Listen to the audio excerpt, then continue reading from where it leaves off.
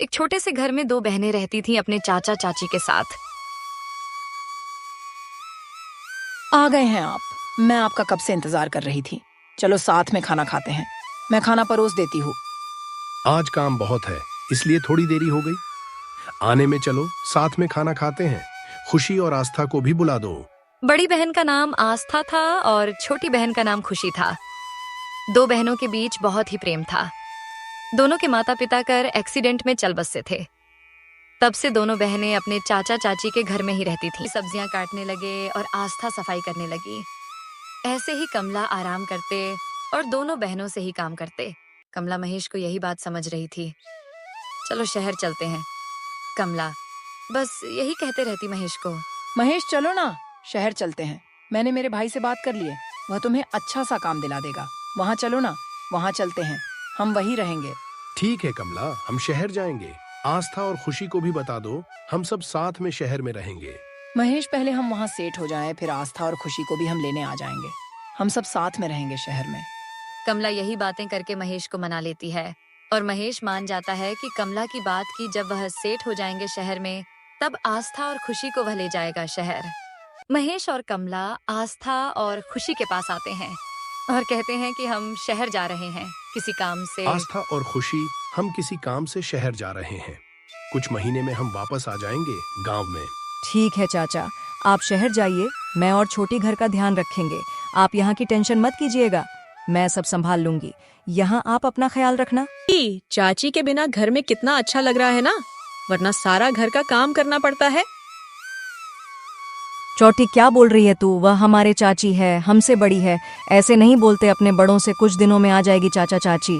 दो बहनें यह सोच रहे थे कि चाचा चाची कुछ दिनों में आ जाएंगे।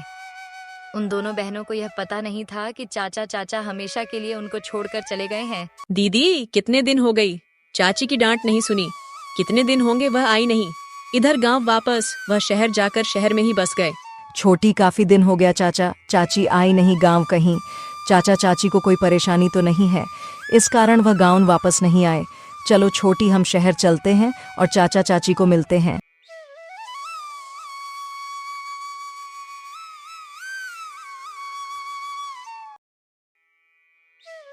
दोनों बहनें शहर में अपने चाचा चाची को ढूंढने निकल गए। तभी आस्था गाड़ी से टकरा गई। तुम्हें दिखाई नहीं देता, मेरी दीदी गिर गई तुम्हारी गाड़ी से। खुशी चुप हो जा, मैं ठीक हूँ। इतना चिल्लाने की क्या जरूरत नहीं है।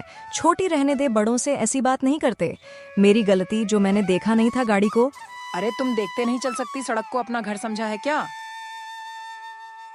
और खुशी अपने चाचा चाची के घर शहर में आए थे कि वह शहर में साथ में रहेंगे। खुशी बहुत ही खुश थी अपने चाचा चाची के घर आकर, लेकिन उसकी चाची के मन में कुछ और ही दीदी था। देखो चाचा चाची का घर, हम चाचा चाची से मिलेंगे। वह इतने दिनों बाद, चाचा हमको देखकर कितना खुश होंगे।